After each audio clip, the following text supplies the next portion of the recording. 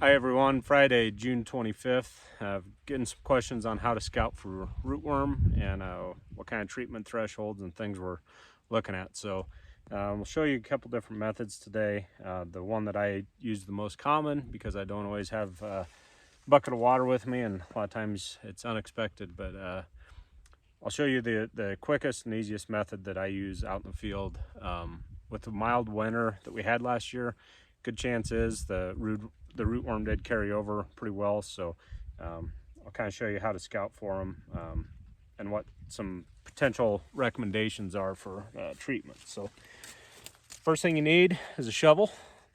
Obviously we're digging for rootworm, so you just pull a plant up, dig one up,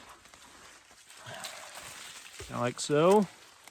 And what I do, typically I'm down on the ground, but for this purpose I'll just show you up here. I just start peeling that soil away. You can be looking for them as you're peeling it away, and lo and behold, I found one right there. So that's what we're looking for. So some things to be watching for is just the size of them. So this one I would say is probably second, maybe pushing even third instar. So rootworm will go through 3 instars, so first, second, third, and then they'll pupate into adults. So that one was second. I am looking for how many we have, as well as what growth stage you're in. So we found one there. I'm not looking real hard. There's another one. It's a smaller one. If we can see him in there. They kind of look like the roots, but I'd say he's first, probably pushing second instar. And you'll find them in different growth stages. So just try and remove that soil, and as you're knocking it off, be looking for them falling down to the other dirt that you've had.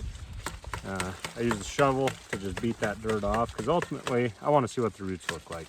Yes, I want to know that they're there, but you're going to miss quite a few of them if you're just digging the way that I am. I'll show you another method here towards the end of how you can get a more accurate count. But what we're looking for is just root damage. And what that's going to look like is on this one here, it's kind of brown and discolored right here.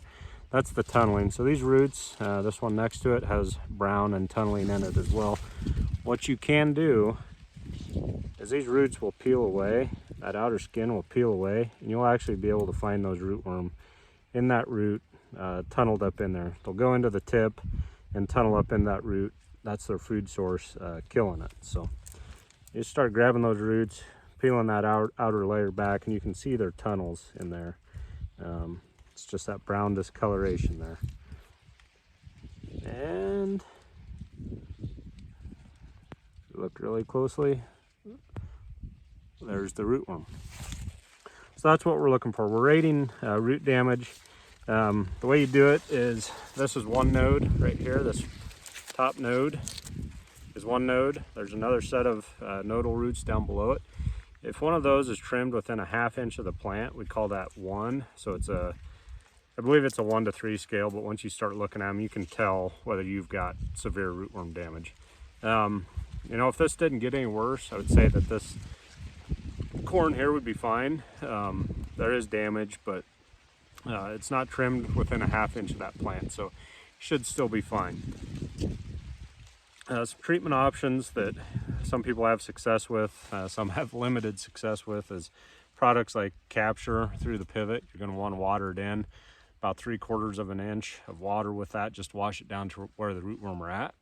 Lorsban or chlorpyrifos has been used in the past as well as an effective treatment. Again, it's a rescue treatment, so nothing's going to be 100%. Don't expect to kill all of them. And especially if they're in that third instar stage, chances are you're not going to kill very many of them at all. So things to be thinking about. I will follow up and show you how to wash these roots in a bucket and get a more accurate count. But for time's sake, I'm going to take a couple plants with me back to the pickup and show you how to do that. All right, we're back at the pickup. Got our 2 plants, root balls here, bucket of water. I don't like carrying this out in the field, so I leave it in the pickup or go find a hydrant. So what you do is just take that entire root ball, start dropping it in there, and washing that soil off.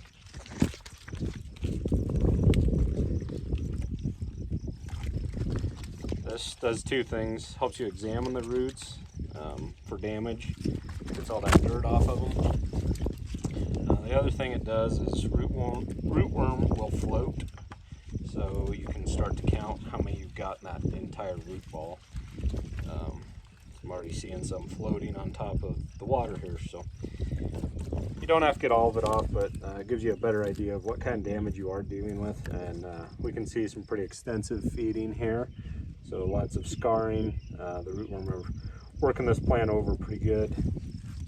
We'll go ahead and do this other one quickly. I can tell that this one's going to have some damage as well because it just doesn't feel like a very robust root system.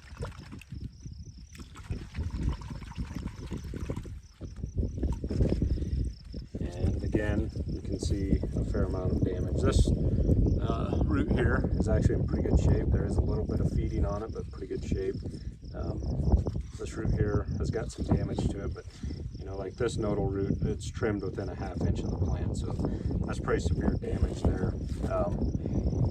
See if we can get this over here and kind of show you the rootworm. So we got one here, a smaller one here, there. So it just takes a little time for them to start floating to the top, but they will float, so it's a good way to count them as well as stage them. So hopefully you find this informational and helpful. If you need help scouting your rootworm, give your Pioneer sales rep or myself a call. Thanks.